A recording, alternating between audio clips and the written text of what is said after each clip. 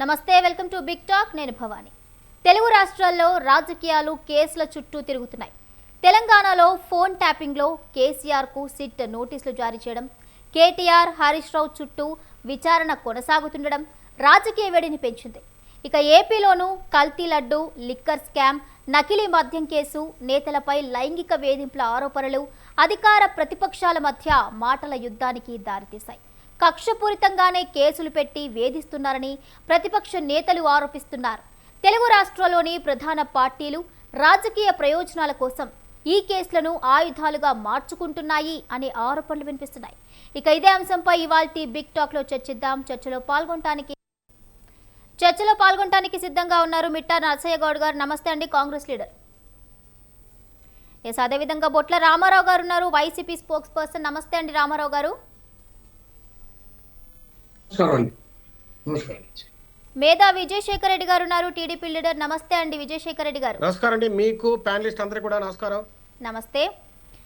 Yes, ముందుగా అయితే నర్సయ్య గౌడ్ గారు, తెలంగాణలో ఏపీలో రెండు రాష్ట్రాల్లో కూడా ఒకే విధమైన రాజకీయాలు నడుస్తున్నాయనే టాక్ వినిపిస్తోంది. ముఖ్యంగా అధికార పార్టీలో అంటే అధికారంలో ఉన్న పార్టీ ఏవైతే ఉందో కూడా అవి కావాలనే ప్రతిపక్ష పార్టీ నేతలను కేసుల పేరిట వేధిస్తున్నాయి అనే ఆరోపణలు వస్తున్నాయి. దీనికి సంబంధించి మరి మీ అభిప్రాయం ఏంటి? వాయిస్ క్లియర్ ఉందా మేడం? ఎస్, క్లియర్ గా ఉందండి, మాట్లాడండి. ముందుగా మీకు ప్యానెల్లో ఉన్న పెద్దలకు వ్యూవర్స్ కు నమస్కారం. నమస్తే. కేసుల పేరుతోటి ప్రతిపక్షంలో ఉన్న వాళ్ళను వేధిస్తున్నారు అనేది రాజకీయ విమర్శ. ఎందుకంటే ఏం చెప్పాలనో తెలియక ఏదో ఒకటి చెప్పాలి కాబట్టి, ప్రజలను తప్పుతో పట్టించాలి కాబట్టి, డైవర్షన్ పాలిటిక్స్ పాల్పడాలి కాబట్టి ఇలాంటి అంటే ఇది ఆయాచిత వరం అన్నట్టు ప్రతిపక్షాలకు ఏదో ఒకటి చెప్పాలంటే ఈ వాక్యం చెప్తారు. ఇప్పుడు తెలంగాణ విషయం తీసుకుంటే ఫోన్ ట్యాపింగ్ కేసు ఇదేమన్నా ఒట్టి కేసు అండి?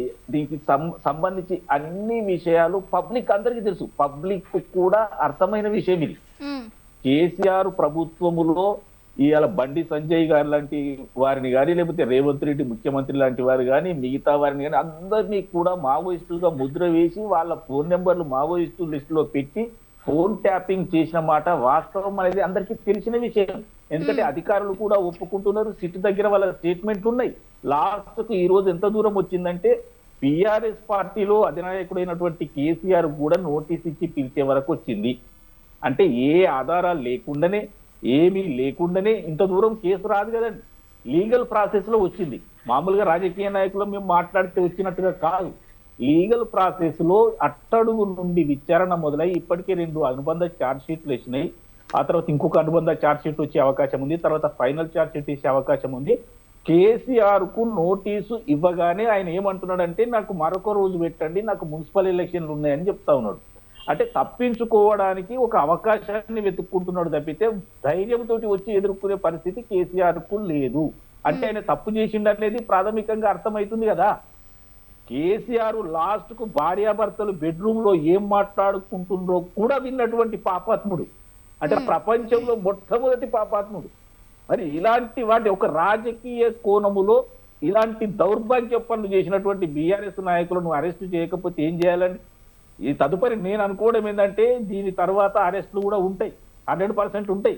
ఎందుకంటే పాపము చేసిన వాడు ఏదో ఒక రోజు దొరకక తప్పదు, అది జైలుకు చిప్పకూడి తినక తప్పదు.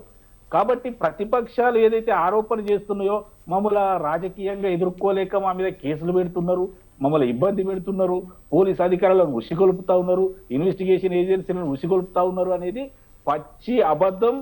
బీఆర్ఎస్ తెలంగాణలో బీఆర్ఎస్ చేసినటువంటి పాపాల లిస్టు బహుశా అది రాయడానికి కూడా పేపర్లు కూడా సరిపోయేంత లేదు. అంత దారుణమైన పనులు చేసారు. కాళేశ్వరం మీరు పేపర్లో చూసి ఉంటారు. ఈ భారతదేశంలో మూడు ప్రాజెక్టులు డేంజర్ లో ఉన్నాయి. అందులో మొదటి ప్రాజెక్టు కాళేశ్వరం అని చెప్పడం జరిగింది. అంటే ఎంత దారుణం అంటే నాణ్యత లేదు, ప్లానింగ్ లేదు, కన్స్ట్రక్షన్ కరెక్ట్ లేదు, కూలిపోయింది. 1,00,000 కోట్ల రూపాయలు అందులో పోయినాయి. వీళ్ళ ఆస్తులు మాత్రం కోట్లాది రూపాయలు పెరిగినాయి. ఇవాళ తెలంగాణ ప్రజలు బీఆర్ఎస్ పార్టీని ఎందుకు నిందిస్తా ఉన్నారంటే ఒక 10 సంవత్సరాల ముందు వాళ్ళ దగ్గర ఇన్ని డబ్బులు కానీ, ఇన్ని ఫామ్ హౌస్లు కానీ, ఇన్ని బిల్డింగ్లు కానీ లేవు. కానీ ఈ రోజు అందరికి ఫామ్ హౌస్లు, అందరికీ 100 కోట్ల బిల్డింగ్లు, అందరికి డబ్బు, బంగారం, వజ్రాలు ఎన్ని ఉండవు. లాస్ట్ బుర్జ్ ఖలీఫాలో కూడా ఒకటి కొనరనే వార్తలు కూడా వస్తా ఉన్నాయి. అంటే ఇలాంటి అవినీతి పనులను, ఇలాంటి ఫోన్ ట్యాపింగ్ చేసిన వాళ్ళను, అన్ని వర్గాలను మోసం చేసినటువంటి బీఆర్ఎస్ నాయకులను కేసీఆర్ ను సిట్టు పిలవడంలో పెద్ద ఆశ్చర్యం లేదు. ఇవాళ ఇంతకుముందు బీజేపీ వాళ్ళ గురించి చెప్పాలి. వాళ్ళు ఏమన్నారంటే కాళేశ్వరం విషయంలో కేసీఆర్ కుటుంబాన్ని ఎందుకు అరెస్ట్ చేస్తలేరు, మాకిచ్చేయండి మేము తెల్లవారి అరెస్ట్ చేస్తామని చెప్పారు. ఇవాళ దాదాపుగా 2-3 నెలలు అయితే ఉంది ఆ కేసు సిబిఐకి ఇచ్చి, ఉలుకు లేదు పలుకు లేదు. అంటే వాళ్ళు దోస్తులైపోయారని మనకు అర్థమైతా ఉంది. అంటే దీని అర్థం ఏంటంటే పాపాత్ములను కాపాడే పార్టీ భారతీయ జనతా పార్టీ అనేది స్పష్టంగా మనకు అర్థమైతా ఉంది. ఎంత తెగిన పడ్డారంటే బండి సంజయ్ గాని, కిషన్ రెడ్డి గాని, రఘునందన్ రావు గాని, ఇంకొకరు మేము ఇట్లాంటి ఎత్తుకపోతాం, ఇట్లాంటి లోపలేస్తాం, కేసీఆర్ కుటుంబాన్ని మిమ్మల్ని అరెస్ట్ చేసే దమ్ము లేదని మమ్మల్ని ఎగతాళి చేసిన వాళ్లకు కేసు ఇస్తే సరే తప్పులు లేకుండా ఉన్నారు. అంటే వీళ్ళను కాపాడే పని భారతీయ జనతా పార్టీ తెలంగాణలో తీసుకున్నది అనేది స్పష్టంగా అర్థమైతా ఉంది. మరి ఇన్ని తప్పులు చేసినటువంటి వాళ్ళను తిట్టు పిలవకపోయినా లేకపోతే నోటీస్ ఇవ్వకపోయినా మరి ఏం చేస్తామండి? అంటే ఆయన ఫామ్ హౌస్ లో తప్పులు చేసి ఆస్తులు పెంచుకొని కోట్లాది రూపాయలు ఎన్నికేసుకొని రబ్బరు చెప్పులలో వచ్చి వాళ్ళ అఫిడవిట్లు చెప్తాయి కదండి. 2001లో వాళ్ళ అఫిడవిట్ లో ఎన్ని ఆస్తులు ఉన్నాయి, 2014లో అఫిడవిట్ లో వాళ్ళు చూపించినటువంటి ఆస్తులు ఎన్ని, 2023లో వాళ్ళు చూపించినటువంటి ఆస్తులు ఎన్నో. ఇది లీగల్ కదా, ఓపెన్ విషయం కదా. 1,000 కోట్ల ఆస్తులు ఎట్లా వస్తాయండి? మీకెందుకు వస్తలేవు, నాకెందుకు వస్తలేదు, ఈ ప్యానెల్లో ఉన్న వాళ్ళు కష్టపడతలేరా, వాళ్ళకి ఎందుకు వస్తలేవు? 1,000 కోట్ల ఒక ఎకరంలో క్యాప్సికం పండిస్తే ₹1 కోటి వస్తుందని చెప్తాడు ఆయన. మరి అట్లాంటివి చెప్పాలి కదా. ఈ దొంగ పనులన్నీ చేసి, తప్పులన్నీ చేసి, ప్రజలను ముంచి, ప్రజా ఆస్తులను ముంచి, ప్రజా సంపదను కొల్లగొట్టినటువంటి నాయకులను ఖచ్చితంగా విచారించాల్సిందే, ఖచ్చితంగా వాళ్ళకు నోటీసులు ఇవ్వాల్సిందే. అది ఏపీ అయినా, అది తెలంగాణ అయినా, అది ఢిల్లీ అయినా, అది మరొక రాష్ట్రమైనా సరే ఎవ్వరు కూడా తప్పించుకోలేరు. కొన్ని రోజులు వాయిదా వేసుకోగలుగుతారేమో, కొన్ని రోజులు ఆ కోర్టు ఈ కోర్టు అని తిరగలుగుతారేమో, కానీ స్పష్టంగా చివరికి మాత్రం చట్టం ముందు తల వంచాల్సిందే. వీళ్ళు ఖచ్చితంగా చెంచెలు కూడా చిర్లపల్లికి పోయి ఖచ్చితంగా చిప్పకూడు తినాల్సిందే అని నేను హెచ్చరిస్తాను. అయితే ఇప్పుడు మీరు ఏమంటున్నారంటే నార్మల్గా తెలంగాణ రాష్ట్రంలో ఏం జరుగుతోంది అంటే ఇప్పుడు కాంగ్రెస్ ప్రభుత్వం అధికారంలోకి వచ్చిన 2 సంవత్సరాల్లోనే చాలా అవినీతి కుంభకోణాలు జరిగాయని, అవినీతి బయటపడుతుంది అనే ముందుగానే కాంగ్రెస్ ఒక ముందస్తు ప్రణాళికతో ఈ విధంగా కేసుల పర్వాన్ని కొనసాగిస్తుందని టాక్ నడుస్తోంది. మరి దీనికి సంబంధించి ఏమంటారు? భవానీ గారు, ఇదే నేను అనేది డైవర్షన్ పాలిటిక్స్ అంటే ఇదే. అంటే వాళ్ళ తప్పులు బయటకు వస్తున్నాయని తెలియగానే ఏదో ఒకటి బుకాయింపు. మొన్న ఆయనకు హరీష్ కు నోటీస్ వస్తుందని తెలియగానే నైని బొగ్గుగల్లో అవినీతి జరిగిందని చెప్పారు. అది ఏమి లేదని తేట తెల్లమైంది కదా. కిషన్ రెడ్డి గారు ఒక కమిటీ చేసిరు, అది ఎట్టి నడుస్తుంది, దాన్ని రద్దు చేసిరు. అంతకు ముందు సైట్ విజిట్ సర్టిఫికెట్ అనేది బీఆర్ఎస్ ప్రభుత్వం ఉన్నప్పుడే 2018లో 2021లో పెట్టినటువంటి ఆ నిబంధనలు మేము కొత్తగా పెట్టింది ఏం లేదని కూడా స్పష్టంగా తెలిసిపోయింది కదా. అంటే వాళ్ళు డైవర్షన్ పాలిటిక్స్ చేస్తున్నారు అనేది కదా. ఒకవేళ రేవంత్ రెడ్డి గారు కనుక కక్షపూరితంగా చేయాలనుకుంటే, రాజకీయ ప్రత్యర్థులను అంతమొందించాలనుకుంటే ఇంత టైం పడుతుందా అండి? ఇప్పుడు జగన్ గారు ఉన్నారు, జగన్ గారు చంద్రబాబు గారిని లోపలేస్తే ఏం జరిగిందో తెలిసింది కదా. అంటే లీగల్ గా పోతే నిలబడుతుంది, ఇల్లీగల్ గా కనుక ఎవరినైనా అరెస్ట్ చేస్తే లేకపోతే ఏదో రాజకీయ దురుద్దేశంతో అరెస్ట్ చేస్తే కింద మీద అవుతుంది అనేది మనకు అర్థమవుతుంది కదా. ముఖ్యంగా తెలంగాణ ముఖ్యమంత్రి రేవంత్ రెడ్డి గారు స్పష్టంగా చెప్తా ఉన్నారు ఏంటంటే, నాకు కక్షలు కార్పణ్యాలు లేవు, ఎవరైతే తప్పు చేస్తారో వాళ్ళను చట్టమే చూసుకుంటుంది, చట్టము తన పని తాను చేసుకోపోతుంది, అంతే తప్ప నేను కక్షపూరితంగా నా మీద ఇదివరకు కేసులు పెట్టి వేధించినప్పటి కేసీఆర్ ను కూడా నేను క్షమించగలిగేంత మనస్తత్వం నాకున్నది. చట్టానికి మాత్రం తప్పనిసరిగా లొంగవలసిందే, చట్టం ముందు తప్పు దొరికితే శిక్ష అనుభవించవలసిందని ఖచ్చితంగా చెప్తా ఉన్నారు. లేదు అంటే 5 నిమిషాలు పట్టదండి. వీళ్ళందరినీ తీసుకుపోయి లోపలేసేందుకు ఎన్ని కేసులు ఉన్నాయండి? ఆ ఫార్ములా ఈ కేసు ఉంది, కాళేశ్వరం కేసు ఉంది, ఒకటి వరుస పెడితే గొర్రెల కేసు అండి. ఒక చిన్న స్కూటర్ మీద 20 గొర్రెలు పోయినట్టు రాసుకొని పైసలు తీసుకున్నారు. ఒక కేసు అని కాదు, 100,000 కేసులు ఉన్నాయి. మొత్తమే లూటి చేసిన తెలంగాణను. అలాంటప్పుడు ప్రతిపక్షమైన స్వపక్షమైన విపక్షమైన తప్పు చేసిన వారిని ఖచ్చితంగా శిక్షించాల్సిందే, అది ఏపీ అయినా తెలంగాణ అయినా ఢిల్లీ అయినా అని నేను చెప్తాను. తప్పు చేసిన వాళ్ళు ఎప్పటికీ తప్పించుకోలేరు అంటారు. తప్పించుకోలేరు, తప్పించుకోకూడదు. చట్టం చర్య తీసుకుంటుంది. Yes sir. విజయశేఖర్ రెడ్డి గారు, ఇప్పుడు ఏపీలో చెప్పండి. చూసుకుంటే ఈ టీటీడీ కల్తీ లడ్డు వ్యవహారం ఒకటి, లిక్కర్ స్కామ్ గురించి కూడా వాదోపవాదాలు నడుస్తున్నాయి. అయితే వీటన్నిటికీ కూడా ఖచ్చితంగా అంటే రాజకీయ కక్ష అనేది కొనసాగుతోంది. కావాలనే మాపై నిందలు, ఇటువంటి ఆరోపణలు అనేవి చేస్తున్నారు, బురద జల్లే వ్యవహారం నడుస్తోంది అంటూ కూడా మరి వైసీపీ శ్రేణులు వెల్లడిస్తున్నాయి. దీనికి సంబంధించి మీరేమంటారు? మేడం, వైఎస్ ఫ్యామిలీ ఉమ్, గత 30-40 సంవత్సరాలుగా కడప జిల్లాలో కావచ్చు, అట్లాగే ఆంధ్రప్రదేశ్లో కావచ్చు, వాళ్ళు ఎలాంటి ఫ్యామిలీ, ఎలాంటి నేరమయ్యే చరిత్ర కలిగిన వాళ్ళు, ఉమ్, ఎలాంటి హత్యా రాజకీయాలు చేశారు, ఎలా దోపిడీ చేశారు ఈ రాష్ట్రంలో. వైఎస్ రాజశేఖర రెడ్డి కావచ్చు, 2004 నుంచి 2009 వరకు జలయజ్ఞం పేరుతో ఎంత ధనయజ్ఞం చేశాడు. అట్లాగే వేల ఎకరాల భూములను తన అనుయాయులకు, తనకు సంబంధించిన బంధువులకో లేకపోతే స్నేహితుల కంపెనీలకు ఎలా కట్టబెట్టాడు. దానివల్ల జగన్మోహన్ రెడ్డి గారికి ఎలా ఆదాయం వచ్చింది, ఎలా మంచి జరిగింది. దానివల్ల ఈరోజు చూస్తే మీరు సాక్షి టీవీ కావచ్చు, సాక్షి పత్రిక కావచ్చు, అట్లాగే భారతీయ సిమెంట్స్ కావచ్చు, సరస్వతి సిమెంట్స్ కావచ్చు, రఘురామ సిమెంట్స్, ఇట్లా రకరకాలుగా లెక్కలేనన్ని నా దగ్గర చాంతాడంత లిస్ట్ ఉంది. జగన్మోహన్ రెడ్డి గారికి సంబంధించిన ఆస్తుల వివరాలు, అన్యాయంగా సంపాదించిన కంపెనీలండి.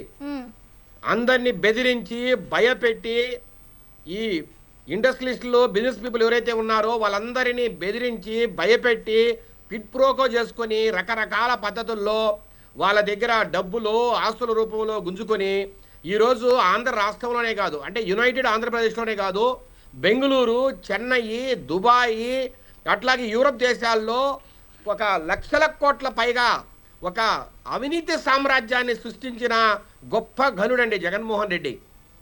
ఆయన కథ ఏందో, ఆయన చరిత్ర ఏందో, ఆయన మీద ఉన్న సిబిఐ కేసులు నా దగ్గర చార్దాడంత లిస్ట్ ఉంది. 12 సిబిఐ కేసులు, 10 ఈడీ కేసులు. ఇవి పెట్టింది ఎప్పుడండి? 2012లో. అక్కడి నుంచి ఈ రోజు వరకు 16 నెలలు ఆయన జైలుకు పోయి బయటకు వచ్చిన తర్వాత ఈ రోజు వరకు ఆ కేసుల మీద ఒక్క ట్రయల్ కూడా ప్రారంభం కల. ఆ కేసులకు సంబంధించి ఒక్క వాదన కూడా ఇంతవరకు జరగల. దానికి కారణం ఏంటి, అది కూడా మాట్లాడుకుందాం.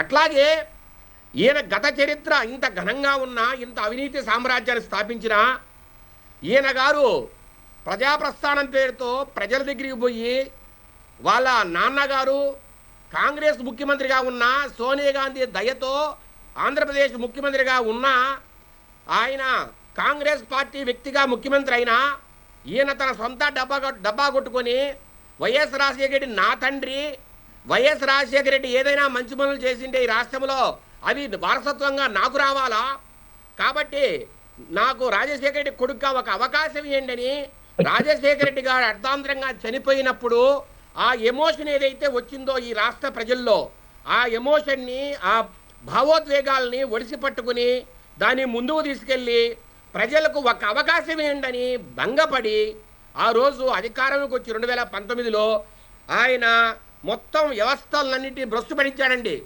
ఈరోజు మీరు చూస్తే వ్యవస్థలను భ్రష్టు పట్టించినా బాధలే, కనీసం ఈ ఇల్లీగల్ లిక్కర్ స్కామ్ అంటున్నారు, ఏది కల్తీ మద్యం 1,00,000 కోట్లకు పైగా ఆదాయం అండి. దానికి రాజ్ కసిరెడ్డి తెలంగాణ వ్యక్తే, ఆయన అత్యంత సమీప బంధువు జగన్మోహన్ రెడ్డి గారికి, భారతిరెడ్డి గారికి.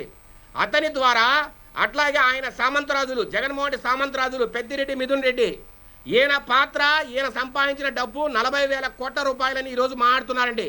1,00,000 కోట్ల పైన అవినీతి జరిగితే కల్తీ మద్యంలో 40,000 కోట్లు ఒక్క పెద్దిరెడ్డి, మిథున్ రెడ్డికే మిథున్ రెడ్డి పాకెట్లోకి వెళ్ళాయి అనేది ఈరోజు మాట్లాడుతున్నారు. అట్లాగే వైఎస్ భారతిరెడ్డి గారు, అట్లాగే ఆయన సీఎంఓ ఆఫీస్లో ఉన్న ధనుంజయ రెడ్డి, కృష్ణమోహన్ రెడ్డి, అట్లాగే మీరు ఒక్కసారి చూస్తే రాజ్ కసిరెడ్డి చుట్టూరు ఉన్న ఒక కోటరి చాణుక్య అని, అభిషేక్ రెడ్డి అని రకరకాల వ్యక్తులు ఒక 10 మంది దాకా ఎక్కడెక్కడో షెల్ కంపెనీలు పెట్టి 4 నుంచి 5,000 కోట్ల రూపాయలు ఈడీకి తెలిసిన ఈ డబ్బు మాత్రమే ఇది. ఇక ఏపీలో వైసీపీ హయాంలో జరిగిన అవినీతి కుంభకోణాల గురించి విజయశేఖర రెడ్డి గారు మాట్లాడుతున్నారు. విజయశేఖర రెడ్డి గారు, సో ఆ పరంపరలోనే జగన్మోహన్ రెడ్డి గారికి అధికారం రాగానే ఈ కల్తీ మద్యం మీద దారుణంగా అందరూ ఊర్లకు ఏంటి దొంగలు ఊళ్ళు పంచుకునేట్టు ఈయన సామంతరాజులైన పెద్దిరెడ్డి, మిథున్ రెడ్డి, విజయసాయి రెడ్డి, అట్లాగే రాజ్ కసిరెడ్డి, ఆయన ఆఫీసులో పనిచేసిన ధనుంజయ రెడ్డి, కృష్ణమోహన్ రెడ్డి, ఈ డబ్బునంతా దాచిపెట్టడానికి ప్రయత్నం చేసిన చెవిరెడ్డి భాస్కర్ రెడ్డి, ఇలా రకరకాల వ్యక్తులండి. ఇది ఒక 1,00,000 కోట్ల పైన కుంభకోణం.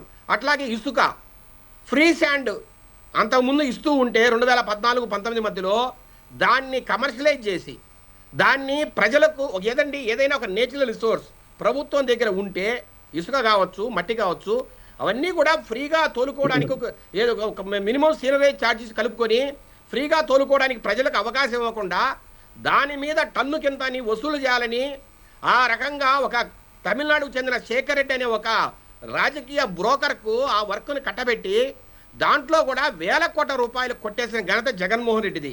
ఇలా చెప్పుకుంటూ పోతే రకరకాల కేసులున్నాయి. సో ప్రజలకు తెలుసండి, ఇతను అవినీతిపరుడు, అన్యాయస్తుడు, అరాచకమైన విపరీతమైన మనస్తత్వం ఉన్న వ్యక్తిని తెలుసు. అయినా కూడా రాజశేఖర్ మీద గారి ప్రేమతో ఆయన కొడుకుగా ఒక అవకాశం ఇచ్చారు. ఇంకైనా మారతాడని ఎక్స్పెక్ట్ చేశారు. కానీ ఈయన వచ్చిన దగ్గర నుంచి వ్యవస్థల్ని భ్రష్టు పట్టించడం, వ్యవస్థల్ని నాశనం చేయడం, ఏదైతే మాట విని వ్యక్తులందరినీ అరెస్ట్ చేయించడము, అపోజిషన్ పార్టీలనైనా తెలుగుదేశం పార్టీని, జనసేన పార్టీకి సంబంధించిన వ్యక్తులందరినీ అరెస్ట్ చేయడము, వాళ్ళను భయపెట్టడము, యాక్ట్ 30 యాక్ట్ను ఎప్పుడైతే బ్రిటిష్ వారు ఈ దేశాన్ని పరిపాలిస్తూ ఉన్నారో స్వాతంత్ర సంగ్రామంలో భారతీయులను అణిచివేయడానికి ఉపయోగించిన యాక్ట్ 30ని ఒకటి ఆ రోజు అమల్లో ఉన్న యాక్టును మళ్ళీ దాన్ని తీసుకువచ్చి బూజు దులిపి ప్రజల మీద, నాయకుల మీద విపరీతంగా కేసులు పెట్టి భయపెట్టి వారందరినీ నోరు మూయించి ఈయన అరాచకాలను, అవినీతిని విచ్చలవిడిగా చేశాడండి. ఇలా చేస్తున్న క్రమంలో ఆఖరికి తిరుమల తిరుపతి దేవస్థానాన్ని కూడా వదలకుండా పోయాడంటే ఇతను ఎంత పాపాత్ముడో ఒకసారి ప్రజలంతా ఆలోచించాలా. నేనంటున్నా, ప్రజలు ఈరోజు అడుగుతున్నారు, మేము ఏం పాపం చేశాం? సంవత్సరానికో 2 సంవత్సరాలకో కష్టపడి పిల్లా పాపలతో 100 కిలోమీటర్లు తిరుమలకు ప్రయాణించి అక్కడ 1000 మెట్లెక్కి గంటలు అక్కడ క్యూ లైన్లో ఉండి 5 సెకండ్లో 10 సెకండ్లో ఆ దేవదేవుని చూసే అవకాశం వస్తే అది చాలని చూపుతో మేము వెనుదిరిగి అక్కడ అత్యంత ఇష్టమైన ప్రసాదమైన లడ్డూ ప్రసాదాన్ని మేము ఇంటికి తీసుకువచ్చి భక్తి శ్రద్ధలతో పూజ చేసి చెప్పులు విడిచి చేతితో కళ్ళకద్దుకొని ఆ ప్రసాదాన్ని మేము తింటూ అలా మేము ఆ దేవదేవుని మీద ఎంతో భక్తితో ఉన్న క్రమంలో ఆ ప్రసాదాన్ని కూడా మీరు కల్తీ చేయడానికి అసలు మీకు మనసుతా వచ్చింది జగన్మోహన్ రెడ్డి అనే ఈరోజు ప్రతి ఒక్కరు కూడా ఈ రాష్ట్రం అంతా, ఈ దేశమంతా హిందువుల మనోభావాలు దెబ్బతినే విధంగా ప్రవర్తించిన తీరును కూడా ప్రతి ఒక్కరు కూడా ఈరోజు ప్రశ్నిస్తున్నారు. ఇవి రాజకీయ కక్షలతో పెట్టిన కేసులు కాదండి. ఇది 2024లో జులై ప్రాంతంలో 4 ట్యాంకర్ల మిల్క్ అంటే 4 ట్యాంకర్ల పాలు ఏఆర్ డైరీ నుంచి టీడీడీకి వచ్చిన క్రమంలో ఏఆర్ డైరీ నుంచి 4 ట్యాంకర్ల నెయ్యి టీడీడీకి వచ్చిన క్రమంలో ఆ నెయ్యి బాగలేదని అక్కడ ప్రాథమిక టెస్టులు నిర్ధారించిన తర్వాత వాటి మీద ఇంకొంతగా డీప్గా వెళ్ళమని ప్రభుత్వం ఆదేశిస్తే నేషనల్ డైరీ డెవలప్మెంట్ బోర్డు గుజరాత్లో ఉంది. ఆ బోర్డు వాటిని శాంపుల్స్ తీసుకెళ్లి టెస్ట్ చేసి 1 వారం తర్వాత రిపోర్ట్ ఇచ్చారండి. దానిలో vegetable fats and animal fats అంటే వెజిటబుల్ ఆయిల్స్ కావచ్చు, అట్లాగే జంతు కొవ్వులు కావచ్చు దీంట్లో కలిసి ఉన్నాయని నేషనల్ డైరీ డెవలప్మెంట్ బోర్డు ఇచ్చిన నివేదిక ఆధారంగానే ఆ రోజు ముఖ్యమంత్రి నారా చంద్రబాబు నాయుడు గారు కావచ్చు, అట్లాగే మన deputy chief minister Pawan Kalyan గారు కావచ్చు మాట్లాడిన తీరును అందరూ చూసామండి. అదే క్రమంలో వీరు వైవి సుబ్బారెడ్డి ఆ రోజు సుప్రీంకోర్టుకు పోయి మమ్మల్ని బదనాం చేస్తున్నారు, మమ్మల్ని అనవసరంగా మాట్లాడుతున్నారు, మేము ఏ తప్పు చేయలేదని ఈయన సుప్రీంకోర్టుకు పోయి మొరపెట్టుకుంటే సుప్రీంకోర్టు ఒక సిట్ దర్యాప్తుకు ఆదేశించిందండి. ఇది రాజకీయ కక్షతో చేపట్టిన దర్యాప్తు కానే కాదు. దీనికి ప్రైమా ఫేసి ఆధారాలు ఉన్నాయి. 4 నెయ్యి ట్యాంకర్లను పరీక్షించిన మీదట దాంట్లో జంతు కొవ్వులు ఉన్నాయని తెలిసిన మీదటే ఆయన సుప్రీంకోర్టుకు పోతే ఆ సుప్రీంకోర్టు ద్వారా వచ్చే సిట్ దర్యాప్తులో ఈ రోజు అతి దారుణమైన విషయాలు బయటపడ్డాయండి. పామాయిల్ ఒకటి, బీటా కెరోటిన్ అనే ఒక దుర్మార్గమైన రసాయనం, అట్లాగే acetic acid, mono and diglycerides, ఇవన్నీ కూడా దారుణమైన రసాయనాలు, మన ఆరోగ్యానికి హానికరం చేసే రసాయనాలన్నిటినీ వీటన్నిటినీ కలిపి ఒక నకిలీ నెయ్యిని తయారు చేసి ఆ టిటిడి దేవస్థానానికి వాళ్ళు సరఫరా చేస్తే ఈ వైవి సుబ్బారెడ్డి అట్లాగే ఆయన పిఏ చిన్నప్పన్న కోట్లాది రూపాయలు ఆ సరఫరా చేసిన సరఫరాదారుల దగ్గర నుంచి దోచేస్తే దానికి ఈరోజు భూమన కరుణాకర్ రెడ్డి వంత పాడుతున్నాడండి. భూమన కరుణాకర్ రెడ్డి, వైవి సుబ్బారెడ్డి, చెవిరెడ్డి భాస్కర్ రెడ్డి, ఇదొక దుష్ట త్రయం. టీటీడీని పరమ పవిత్రమైన టీటీడీని సర్వనాశనం చేయడానికి వచ్చిన ఒక దుష్ట త్రయం ఇది. ఈ దుష్ట త్రయానికి తెలియకుండా ఏ పని జరగదు. అట్లాగే 2020లో నిబంధనలు సడలించారండి. 2020కి ముందర నెయ్యి సరఫరాదారులకు ఉన్న నిబంధనలు వేరు. 2020లో వైవి సుబ్బారెడ్డి అధ్యక్షత జరిగిన ఒక బోర్డు మీటింగ్ లో నిబంధనలు సడలించారండి. ఏమని 12 లక్షల లీటర్లను ఒక రోజు సేకరించాల్సిన కంపెనీకి 4 లక్షలు సేకరిస్తే చాలనేది ఒక నిబంధన సడలింపు. అట్లాగే 350 కోట్ల టర్నోవర్ ఉండాలా ఆ కంపెనీకి అని ముందు నిబంధన ఉంటే 2020లో 150 కోట్లు ఉంటే చాలని మార్చారు.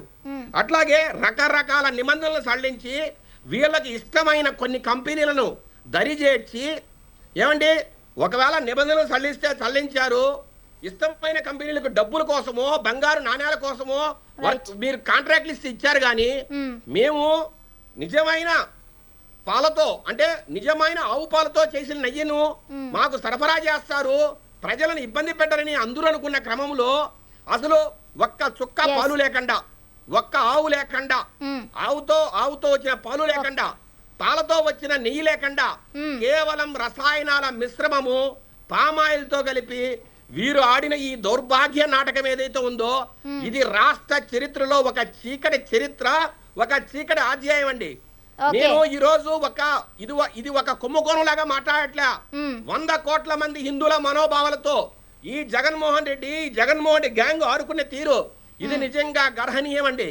ఇలాంటి పద్ధతులు, ఇలాంటి దారుణమైన పరిస్థితులు ఇంతకు ముందు 75 ఏళ్ల ప్రజాస్వామ్య ఈ స్వతంత్ర భారత చరిత్రలో ఏ రోజు జరగలేదంటే ఒక్కసారి కూడా అందరూ కూడా ఒక్కసారి దీని గురించి గమనించాలా.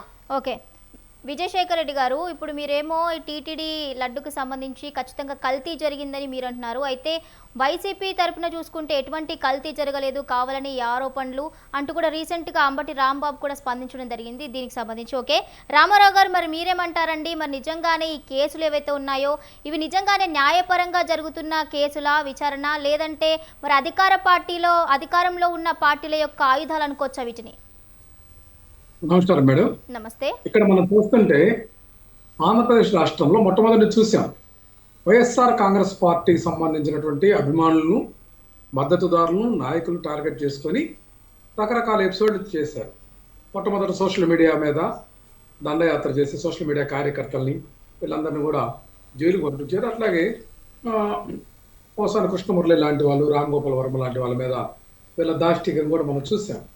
నేనేమంటానంటే ఇక్కడ పాలనా పరంగా వైఫల్యం చెందింది కూటమి ప్రభుత్వం, చంద్రబాబు నాయుడు గారి నేతృత్వంలో. కారణం ఏంటంటే వీళ్ళ యొక్క కూటమి ప్రభుత్వం ఎన్డీఏ గవర్నమెంటే ఇచ్చినటువంటి రాష్ట్రాల పోలీసు వ్యవస్థకి ఇచ్చినటువంటి ర్యాంకింగ్లో చివరి స్థానం 36వ స్థానం ఉంది. సిగ్గుపడాల.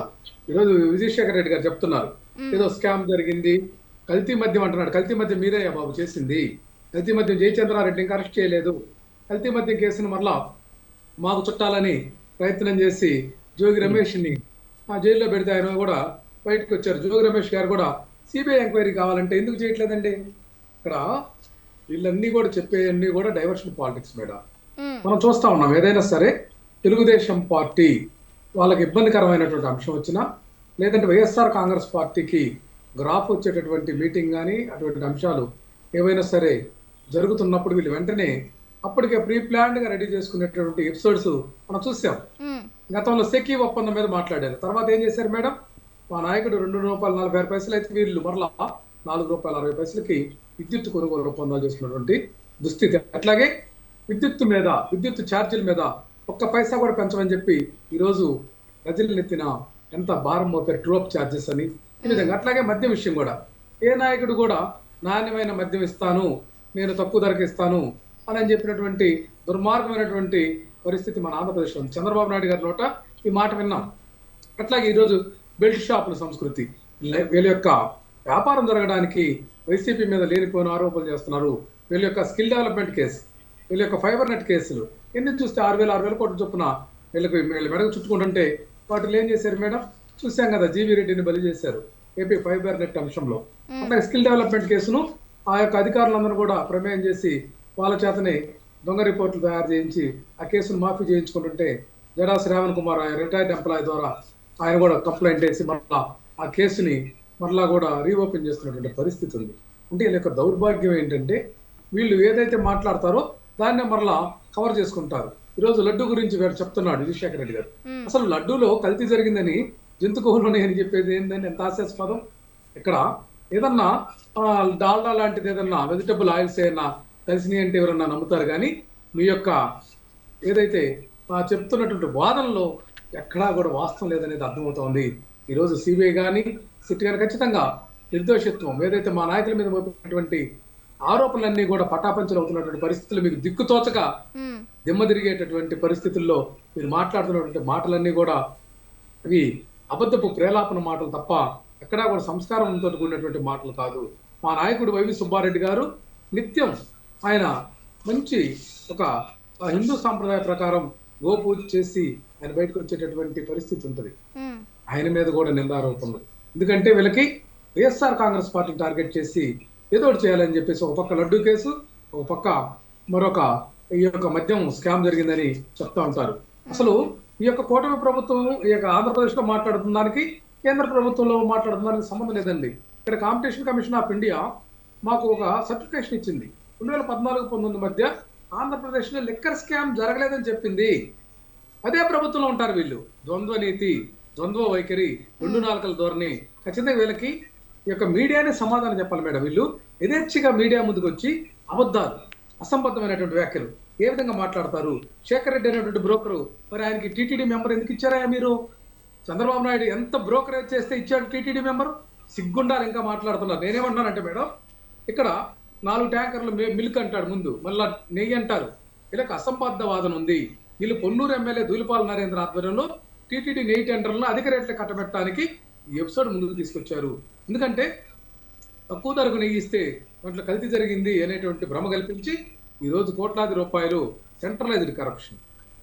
చంద్రబాబు, ఆయన వాళ్ళ లోకేష్, అట్లాగే పవన్ కళ్యాణ్ ముగ్గురు కలిసి దుష్టత్రయం వాలయ్య బాబు. దుష్టత్రయం ఎవరై అంటే ఈరోజు రాష్ట్రంలో సీఎం, ఏదైతే డిఫాక్టో సీఎంగా ఉన్నటువంటి లోకేష్, అట్లాగే డిప్యూటీ సీఎంగా ఉన్నటువంటి పవన్ కళ్యాణ్ వీళ్ళ ఆస్తులు పెంచుకోవడానికి వీళ్ళు చేస్తున్నటువంటి విధ్వంసం మనం చూస్తున్నాం. వ్యవస్థను విధ్వంసం చేశారు. ఇసుక అంటున్నారు. ఇసుక అసలు ఉచిత ఇసుకనే మాట్లాడే అర్హత వీళ్ళకి ఎక్కడదండి? అసలు ఇసుకకి టెండర్లు పెట్టి అయితే దీన్ని వ్యాపారం చేసింది ఎవరు? చంద్రబాబు నాయుడు గారి హయాంలోనే 2014-19 మధ్య కొంతకాలం డ్వాక్రా గ్రూపులు అన్నాడు, కొంతకాలం మైనింగ్ వాళ్ళ ద్వారా చేస్తా ఉన్నారు. అన్ని కూడా అక్రమాలు చేసిన తర్వాత ప్రైవేట్ సంస్థలు కట్టబెట్టినటువంటి దుర్మార్గ రీచ్లన్నీ కూడా ప్రైవేట్ సంస్థలకు ఇచ్చినటువంటి దుర్మార్గ పాలన చంద్రబాబు గారిది. మేము సెంట్రల్ గవర్నమెంట్ ప్లాట్ఫామ్ మీద మా నాయకుడు జగన్మోహన్ రెడ్డి గారు శాండీని ఆక్షన్ చేసి సెబ్బును పెడితే ఈరోజు సెబ్ ఎందుకు రద్దు చేశారండి? స్పెషల్ ఎన్ఫోర్స్మెంట్ బ్యూరోని ఎందుకు తీసుకెళ్లారు? వీళ్ళ యొక్క అవినీతి అక్రమాలకు సెబ్బు అడ్డు రాకూడదనేటువంటి దుర్మార్గమైనటువంటి విధానంతో వీళ్ళు వచ్చారు. వీళ్ళకి మాట్లాడే అర్హత లేదు. ఖచ్చితంగా ప్రజలకు అర్థమైంది వీళ్ళ మైండ్ గేము, వీళ్ళ యొక్క ఎపిసోడ్స్ ఏదైతే wrong episodes, diversion politic episode కూడా అర్థమైంది. ఖచ్చితంగా వీళ్ళకి బుద్ధి చెప్పడానికి ప్రజలు సిద్ధంగా ఉన్నారు. అది తెలుసుకోలేక ఈరోజు ఊరు వాడ దుర్మార్గం ఫ్లెక్సీలు వేస్తా ఉన్నారు లడ్డు వివాదం గురించి. లడ్డు కల్తీ జరిగిందని. ఎందుకంటే ఇలా మాటలు నమ్మే పరిస్థితి లేదు. ఎవరో దారిని పోయి దాని ఆకాశరామన్న పేరుతోటి ఫ్లెక్సీలు ఎందుకు వేసుకుంటున్నారంటే దమ్ము ధైర్యం ఉంటే మీరే వేసుకోవచ్చు కదా ఫ్లెక్సీలు. వీళ్ళకి ఆ ధైర్యం లేదు. ప్రజలు వీళ్ళని చొక్కా పట్టుకొని గుంజేటటువంటి పరిస్థితికి వీళ్ళు ఎగజారారు వీళ్ళ నాయకత్వాలని ఈ సందర్భంగా తెలియజేస్తున్నాను. ఓకే, నర్సేగౌడ్ గారు చెప్పండి. అయితే ఇప్పుడు కేసులు ఏవైతే నడుస్తున్నాయో, విచారణ ఏదైతే నడుస్తుందో, అధికార పార్టీలో ఉన్న నేతలపై కేసు నమోదైతే విచారణ ఎంత వేగంగా జరుగుతుంది, అదేవిధంగా ప్రతిపక్ష పార్టీలో ఉన్న నేతలపై కేసులు నమోదైతే దాంట్లో ఎంత వేగం ఉంది అనేది కూడా మనకి అంటే ఇప్పుడు వినిపిస్తున్న టాక్ అనమాట. ఏదైతే అధికార పార్టీలో ఉన్న వారిపై కేసులు ఉన్నా కూడా విచారణ అనేది జాప్యం జరుగుతుంది, అదే ప్రతిపక్ష పార్టీలో ఉన్న వారిపై అయితే కూడా విచారణ చాలా వేగంగా జరుగుతుంది అన్న ఆరోపణలు వినిపిస్తున్నాయి. మీరు ఇంతకుముందు చెప్పారు ఎవ్వరూ తప్పు చేసినా కూడా తప్పించుకునే వీల్లేదు, తప్పించుకోకూడదు అని చెప్పి. మరి దీనికేమంటారు? మేడం, ఇది కూడా ఒక అందమైన రాజకీయ విమర్శ. ఎందుకంటే ఎవరికి అనుకూలంగా ఎవరికి ఎప్పుడు ఏది పనికొస్తుందో అది వదలడానికి ప్రయత్నం చేస్తారు ఒక రాజకీయ నాయకులు. నేనేమంటున్నా, ఒక గ్రావిటీ అంటే ఒక నేరం జరిగితే దాంట్లో గ్రావిటీ ఎంత ఉందనే దాని మీద స్పీడప్ ఎంత చేయాలనేది ఆ డిపార్ట్మెంట్ ఆ సంబంధిత అధికారి నిర్ణయం తీసుకుంటాడు. ఇప్పుడు కేసీఆర్ ఇప్పుడు మీ ప్రభుత్వంలోకి వచ్చి 2 years అవుతుంది. ఈ 2 years లో ఎన్ని కేసులు వచ్చినాయి మీ అందరికీ తెలిసిన విషయమే. కానీ ఏ ఒక్కరిని కూడా రాజకీయ కక్షతోటి మేము జైల్లో వేయలేదు కదా. నిజంగా మేము స్పీడప్ చేయాలి, ఒక మీరన్నది నిజమైతే స్పీడప్ అయిపోవాలి, క్లోజ్ అయిపోవాలి, వీళ్ళ జైలు శిక్ష ఖరారు కావాలి కదా. ఇప్పటిదాకా ఏది కాలేదు. కొంతమంది ఏమంటారంటే మీరు వాళ్ళు కలిసిపోయారు కాబట్టి కైతలేదని మళ్ళీ ఇదొక రాజకీయ విమర్శ. నేనేం చెప్పదలుచుకున్నంటే, చట్టం అనేది ఎవరి చుట్టం కాదు. మీరు అధికారంలో ఉన్నా ప్రతిపక్షంలో ఉన్నా మీరు లేకపోయినా మీరు చేసినటువంటి నేరము ప్రజలకు ఎక్కువ నష్టం చేస్తుంది అనుకున్నట్లయితే, అది లీగల్ గా ఆధారాలు ఉన్నట్లయితే ఖచ్చితంగా స్పీడప్ చేస్తారు, ఖచ్చితంగా దాన్ని క్లోజ్ చేస్తారు. ఎవరైతే నిందితులు ఉంటారో వాళ్ళకు శిక్ష కూడా పడుతుంది. కానీ మన చట్టాలు ఎట్లా ఉన్నాయంటే వెసులుబాటు కల్పిస్తా పోతాయి. ఎందుకు వెసులుబాటు కల్పిస్తున్నాయంటే 100 మంది నేరస్తులు తప్పించుకున్నా సరే ఒక నిర్దోషికి శిక్ష పడొద్దనే ఒక వాక్యాన్ని అడ్డం పెట్టుకొని వీళ్ళందరికీ ఇప్పుడు కేసీఆర్ ఏం చేసిండండి, నేను పోయి మొత్తం ఇది చేస్తా, కాళేశ్వరంలో నేను తప్పు చేయలే, అది చేయలే, ఇది చేయలే అనగానే ఆయనకు నోటీస్ ఇవ్వగానే పోయి కోర్టులో పడ్డాడు. నేను అనుకున్నా నిన్న నోటీస్ ఇవ్వగానే ఖచ్చితంగా కోర్టు పోతాడు అనుకున్నా. కానీ ఆయన ఏమన్నాడు, ఈ డేట్ మార్చండి, మా ఫామ్ హౌస్ కి వచ్చి నన్ను ఇది చేయండి అని. అంటే చట్టంలో 65 సంవత్సరాలు దాటిన వాళ్లకు పోలీస్ స్టేషన్ రమ్మని ఇబ్బంది పెట్టొద్దనే ఒక నిబంధన ఉంది కాబట్టి దాన్ని ఉపయోగించుకోడు, తప్పలేదు. కానీ నేను ఏమంటున్నానంటే కేసీఆర్ ఇప్పుడు 2 years దాటిపోయింది మన డిసెంబర్ కు. అయినప్పటికీ కూడా ప్రతిపక్ష నాయకులందరూ హ్యాపీగా వాళ్ళ ఇళ్లలో ఉన్నారు అంటే రాజకీయ కక్ష లేదనే కదా. ఇక్కడ కేసులు జరిగినాయి, ఆ జరిగింది ప్రజలందరూ గుర్తించిండ్రు. వీళ్ళు కేసీఆర్ ప్రభుత్వం కానీ లేకపోతే కేసీఆర్ ప్రభుత్వంలో కీలకంగా పనిచేసినటువంటి కేసీఆర్ ఫ్యామిలీలో ఉన్నటువంటి ఆ 4 ఆ 5 కానీ అందరూ కూడా నేరస్తులే అని ప్రజలు అనుకుంటా ఉన్నారు. అదే విధంగా చట్టం కూడా కొంత నిర్ధారణకు వచ్చింది. ఇప్పుడు కవిత గారు ఉన్నారు, ఆ మద్యం కేసులో జైల్లో ఉండొచ్చిర్రు. ఆ తర్వాత వీళ్ళ టైం కూడా వస్తుంది. నేను చెప్పేది ఏంటంటే కేసీఆర్ కు నోటీసు పోయింది అంటేనే ఒక నిర్ధారణకు రావాలి. ఏంటంటే వీళ్ళు ఖచ్చితంగా చట్ట పరిధిలో వీళ్ళు తప్పులు చేసి దొరికిండ్రు అనేది. అయితే అది శిక్ష ఎప్పుడు పడుతుంది, ఎప్పుడు నిర్ధారణకు వస్తుంది అనేది నేను చెప్పలేను. కానీ ఈ నోటీసు హైయెస్ట్ ఇప్పుడు బీఆర్ఎస్ లో ఉన్నది ఎవరండి. ఇప్పుడు ఏదైనా తప్పు చేస్తే, ఇప్పుడు కాళేశ్వరంలో తప్పు చేసినా, లేకపోతే ఫోన్ ట్యాపింగ్ చేసినా, ఇంకో గొర్రెల స్కామ్ చేసినా, బర్రెల స్కామ్ చేసినా, నీళ్ళ స్కామ్ చేసినా, మట్టి స్కామ్ చేసినా బాగుపడేది కేసీఆర్ ఫ్యామిలీనే. హైయెస్ట్ అథారిటీ ఎవరు? కేసీఆర్. కేసీఆర్ నుండి ఇప్పుడు మొన్న సంతోష్ రావు గారిని సిట్టు విచారణ చేస్తే ఏం చెప్పిండు, ఆ స్లిప్పుల రూపంలో మేము ఆదేశాలు ఇచ్చినాము, దాన్ని ఆదేశాలు అంటలేడు, ఏంటంటే మేము ఏదో సూచనలు ఇచ్చినాము అని చెప్తాను. మీరు సూచనలు ఇస్తే పాటిస్తారా అండి? ఆదేశాలు ఇస్తే పాటిస్తారు. ఈ సంతోష్ రావుకి ఎవరు ఇస్తారు? సంతోష్ రావు టాబ్లెట్ వేసుకుంటా, మందు వేసుకుంటా కేసీఆర్ దగ్గర ఉంటాడు కాబట్టి కేసీఆర్ ఈయనకి చెప్తే, ఈయన ఆయనకి చెప్తే దొంగ దొరికిపోయారు కదండి, స్పష్టంగా దొరికిరు. ఇంకొక ఉదాహరణ కూడా మీకు చెప్తా. ఫోన్ ట్యాపింగ్ కేసులో కేసీఆర్ స్పష్టంగా రెడీ హ్యాండెడ్ గా దొరికింది ఎక్కడ అంటే, భారతీయ జనతా పార్టీకి సంబంధించినటువంటి సంతోష్ జీ గారిని మిగతా వాళ్ళను అరెస్ట్ చేపియాలన్న దురుద్దేశంతో వీళ్ళు పన్నినటువంటి ఏదైతే కుట్ర ఉందో ఆ కుట్ర అప్పుడే జరుగుతుంది. అప్పుడే ఆధారాలన్నీ కేసీఆర్ సీఎంకి వస్తుంది. ఆ సీఎం అక్కడ పెట్టి ప్రెస్ మీట్ పెడతాడు. ఇక రెడీ హ్యాండెడ్ గా దొరికినట్టే కదండి. అయితే ఇప్పుడు రెడ్ హ్యాండెడ్ గా దొరికినప్పుడు ఆధారాలన్నీ మీ దగ్గర ఉన్నప్పుడు మరి ఎందుకు ఈ చర్యల్లో జాప్యం ఎందుకు జరుగుతుంది? అరెస్టులు కానివ్వండి, విచారణ కానివ్వండి, అంటే ఒకరి తర్వాత ఒకరికి జస్ట్ ఇప్పుడు 160 CRPC కింద వాళ్ళకి సిట్ నోటీసులు ఇవ్వడం జరిగింది. అది కేవలం స్టేట్మెంట్ రికార్డింగ్ కోసమే. అయితే మరి దీన్ని ఏ విధంగా చూడాలంటారు? మరి ఆధారాలు ఉన్నా కూడా ఎందుకు ఇంత జాప్యం జరుగుతుంది? మేడం, ఆధారాలు ఉన్నా చట్టపరంగా నిలబడే విధంగా దాన్ని స్టేట్మెంట్ రికార్డ్ కానీ తర్వాత మిగతా సపోర్టింగ్ అన్ని కూడా ఒక దగ్గర చేసుకున్న తర్వాతనే ముందుకెళ్ళాలి. లేదు అంటే ఏ మాత్రము లూపోలు దొరికినా వాళ్ళు బయటపడతారు. ఏ మాత్రం వెంట్రిక మందము సందు దొరికినా వాళ్ళ దగ్గర డబ్బేం తక్కువ లేదు కదండి. సుప్రీంకోర్టు లాయర్లను 100 మందిని పెట్టుకుంటారు. వాళ్ళు పెట్టుకుని ఏదో ఒక లూపోలు వెతుకుతారు. మేమేమంటున్నాం అంటే మీరు తప్పు చేసిరు కాబట్టి చట్ట పరిధిలో చట్టానికి అనుకూలంగా మాత్రమే మీకు శిక్ష పడాలని మేము కోరుకుంటున్నాం తప్పితే వ్యక్తిగత ద్వేషంతోటి రాజకీయ దురుద్దేశంతోటి మిమ్మల్ని లోపల వేయాలని ప్రభుత్వము ముఖ్యమంత్రి రేవంత్ రెడ్డి గారు అనుకోవడం లేదు. ఒకవేళ అనుకుంటే 5 నిమిషాల పని మీరందరూ కూడా చెంచెలగూడనో చెర్లపల్లి జైలుకో పోవడం పెద్ద సమస్య కాదు. కానీ ప్రభుత్వం అలా అనుకోవటం లేదు. అంటే రాజకీయ దురుద్దేశం లేదని స్పష్టంగా 1కి 10 సార్లు ముఖ్యమంత్రి గారు చెప్పంగా మనం విన్నాం కదా. కాబట్టి ఇప్పటికైనా నేను ఏమంటున్నా, కేసీఆర్ గారు ఇప్పటికైనా గుండె మీద చేసుకొని చెప్పాలి, అయ్యా నేను ఫోన్ ట్యాపింగ్ చేసింది నిజమే. అందులో ఎవరెవరు ఉన్నారు, నీ పేరు చెప్తున్నా కదండి. బండి సంజయ్ గారు ఉన్నారని చెప్తున్నారు. బండి సంజయ్ గారే వచ్చి సీటు హాజరైంది కదా, ఈటెల రాజేందర్ గారు వచ్చింది కదా, తర్వాత రఘునందన్ రావు గారు వచ్చారు కదా. మిగతా వాళ్ళు ఈ పెద్ద అంటే జ్యువెలరీ వ్యాపారం చేసేవాళ్ళు, ల్యాండ్ వ్యాపారం చేసేవాళ్ళు, అవును, బండి సంజయ్ గారు సిట్ విచారణకు హాజరయ్యారంటున్నారు.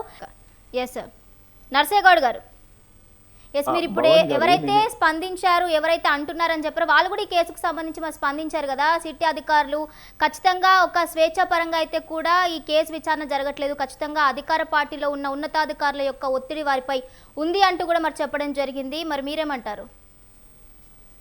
ఈ బండి సంజయ్ గారు, కిషన్ రెడ్డి గారు చేసింది రాజకీయ విమర్శ అని మీకు తెలుసు, నాకు తెలుసు. నేనేమంటున్నంటే ఏం ఒత్తిడి ఉందో చెప్పాలి కదా, ఎవరికి ఫోన్ చేసిరో చెప్పాలి కదా, ఎవరు వద్దన్నారో చెప్పాలి కదా. అంతెందుకండి, మీకు చిత్తశుద్ధి ఉంటే మీరు కనుక అధికారులను ఒత్తిడి చేయకపోతే కాళేశ్వరం ఆ కేసు ఇచ్చిన ఇమీడియట్ తెల్లవారు మర్నాడు దిగాలి కదా సిబిఐ.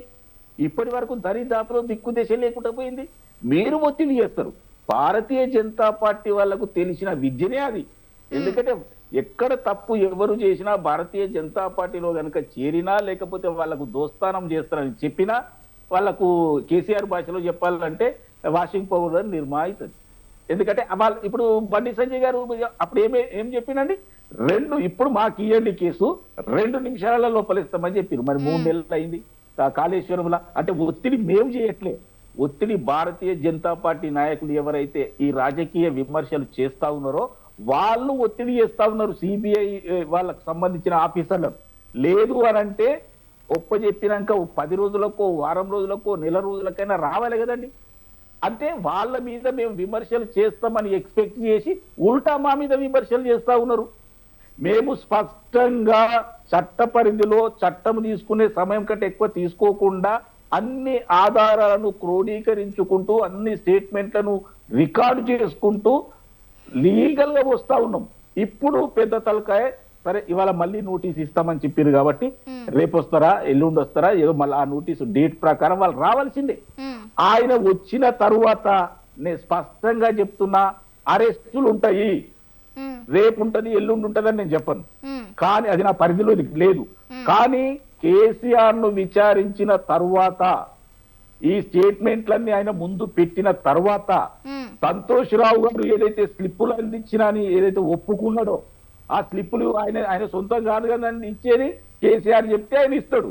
అంటే ఆయన ఆదేశాల ప్రకారమే ఫోన్ ట్యాపింగ్ జరిగిందనేది స్పష్టం. ఒక ఫోన్ ట్యాపింగ్ గురించి నేను మాట్లాడుతున్నా కానీ మిగిలిన ఏదైనా కవిత ఏమంటదంటే మా డాడీకి తెలియకుండా ఇది కేటీఆర్, హరీష్ రావు గారు, సంతోష్ రావు గారు చేసిరు, మీరు దయ్యాలని చెప్తున్నారు కానీ అబద్ధం, తండ్రిని కాపాడాలని ఆమెనే మునిగిపోతా ఉంది. తండ్రి ఆదేశాలు లేకుండా, తండ్రికి తెలియకుండా, కేసీఆర్ కు తెలియకుండా ఏ ఒక్క తప్పు కూడా జరగలేదు. చీమ చిటుక్కుమన్నా కేసీఆర్ కు తెలిసే జరిగేది. కేసీఆర్ మాట లేకుండా అంటే ఆయనకున్న ధైర్యం ఒకటి ఏంటంటే నేనేమో రిటర్న్ ఆర్డర్స్ ఇవ్వలేదు కదా, మౌఖిక ఆదేశాలే ఇచ్చిన కదా, దాని వల్ల నేను చట్టానికి దొరకను కదా అని ఆయన అనుకుంటుండు. కానీ ఎంత పెద్ద దొంగ అయినా ఏదో ఒక దగ్గర ఆధారం వదులుతాడు. అదే పని కేసీఆర్ కూడా చేసిండు అనేది మీడియా ముఖంగా చేసిండు అనేది స్పష్టం. కాబట్టి దానికి సపోర్టివ్ ఎవిడెన్సే ఇప్పుడు తీసుకుంటా ఉన్నారు. 160 సిఆర్పిసి కింద వాళ్ళ స్టేట్మెంట్ రికార్డ్ చేస్తారు.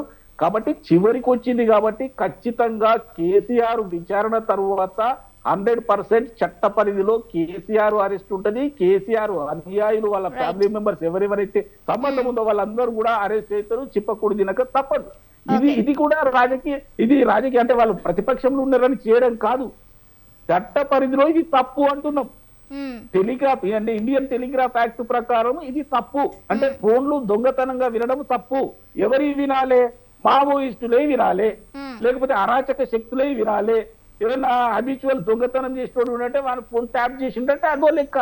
అరే సొసైటీలో ఉన్నటువంటి పెద్ద మనుషులను పట్టుకొని కీలకమైన రాజకీయ నాయకులను పట్టుకొని వాళ్ళందరినీ మావోయిస్టు లిస్టులో నెంబర్లు వేసేసి వాళ్ళని ట్యాప్ చేయడం అంటే ఏమనుకోవాలండి? దేశంలో ఎవరు కూడా ఈ తప్పుడు పని చేయలేదు.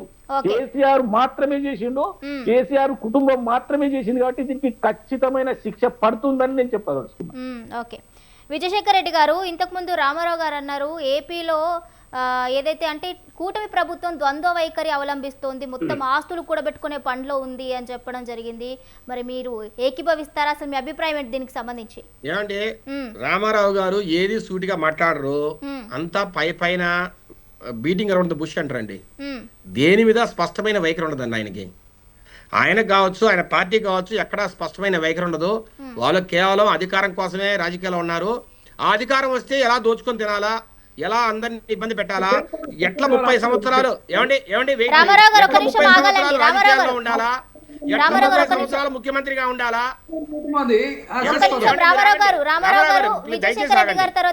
నేను మాట్లాడిన తర్వాత మీరు ఏమైనా మాట్లాడండి, మీరు ఏమైనా నన్ను మాట్లాడివ్వండి ప్లీజ్.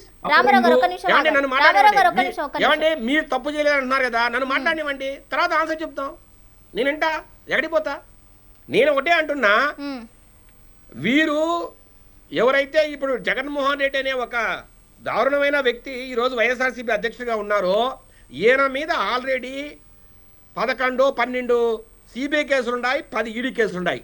ఇంతవరకు 131 డిశ్చార్జ్ పిటిషన్లు వేశారండి ఈయన. ఎందుకు? కోర్టులో తన మీద ఛార్జెస్ ఫ్రేమ్ చేస్తారేమో, నాకేమైనా శిక్ష పడుతుందేమో అని భయపడి కాలయాపన చేయడానికి 131 డిశ్చార్జ్ పిటిషన్లు వేశారండి. నిజంగా మీరు సత్యులు అయితే, అమాయకులైతే డిశ్చార్జ్ పిటిషన్లు వేయాల్సిన అవసరం ఏముంది?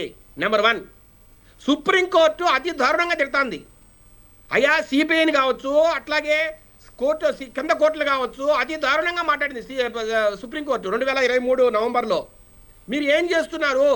12, 13 సంవత్సరాల నుంచి జగన్మోహన్ అనే ఒక తప్పు చేసిన వ్యక్తి బయట తిరుగుతూ ఉంటే బెయిల్ మీద ఇన్ని సంవత్సరాలు ట్రయల్ ఎందుకు పోలేదు?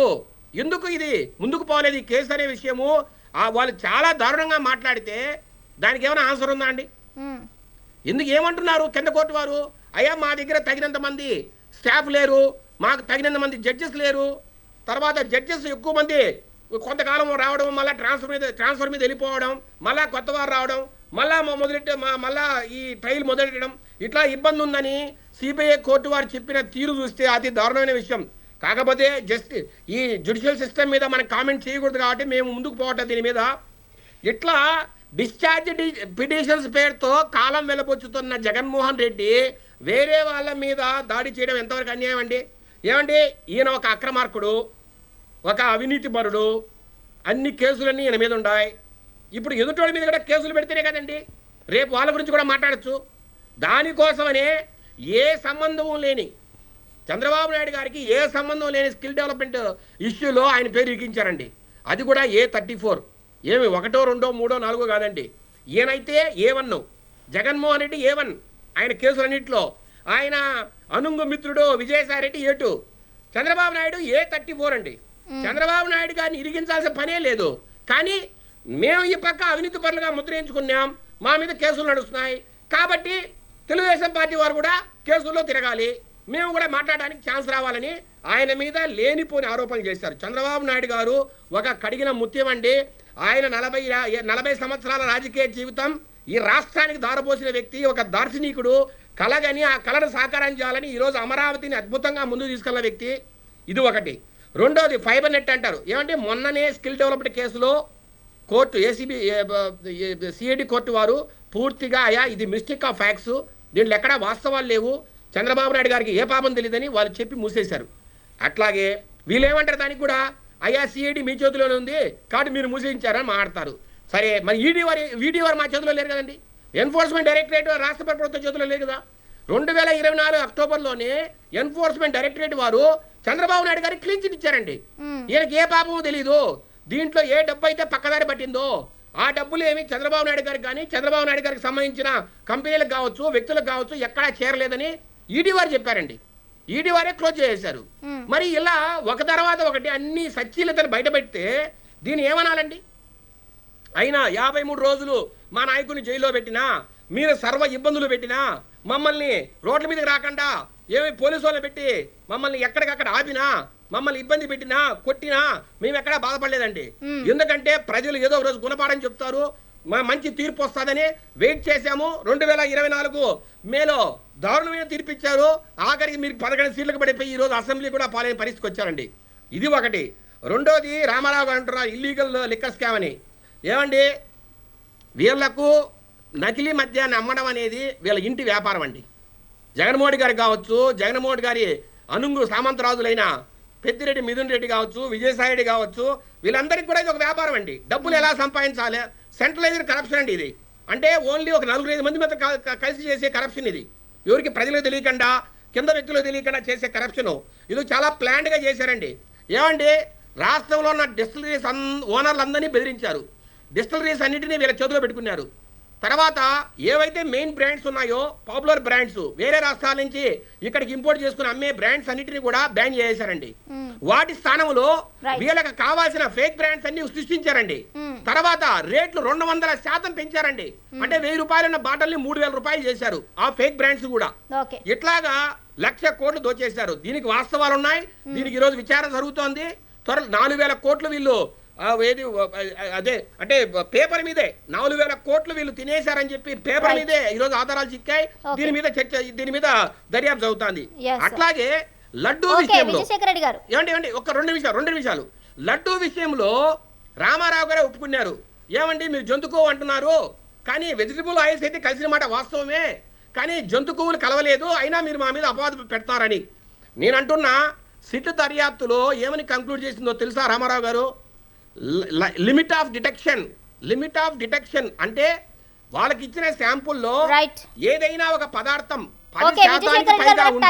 రామారావు గారితో కూడా మాట్లాడదాం. ఒక నిమిషం రామారావు గారు, పైగా ఏదైనా పదార్థం ఉంటేనే ఆ ల్యాబ్ టెస్ట్ లో బయటపడుతుందండి. 10% కన్నా కింద ఉంటే అది బయటపడదు.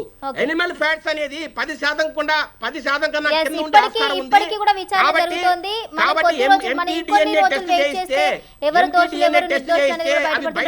చెప్పి విజయశేఖర రెడ్డి గారు ఒక నిమిషం ఆగాలి, మనకి టైం తక్కువగా ఉంది. రామారావు గారు మీరు చెప్పండి. ఇక్కడ వీళ్ళు చేసే అసంబద్ధ వాదన మనం వింటా ఉన్నాం. వీళ్ళు మాట్లాడేదంతా కూడా మేమంతా కూడా చాలా ఆయన పవిత్రమైనటువంటి వ్యక్తి అంట చంద్రబాబు నాయుడు గారు. ఏదైతే 1989-94లో కేవలం వ్యవసాయం వలన నాకేదో మాత్రం 36,000 ఆదాయం వచ్చిందని అఫిడవిట్లో సమర్పించారు. ఈరోజు ఎన్ని లక్షల కోట్లండి, ఎంత సంపద సృష్టించుకున్నారు. అట్లాగే ఈయన కేసులు చూస్తే 97లో రెడ్డి నాయక్ గారు వేసినటువంటి కేసు మీద స్టే, ఆస్తులు అక్రమ ఆస్తులు సంపాదించారని.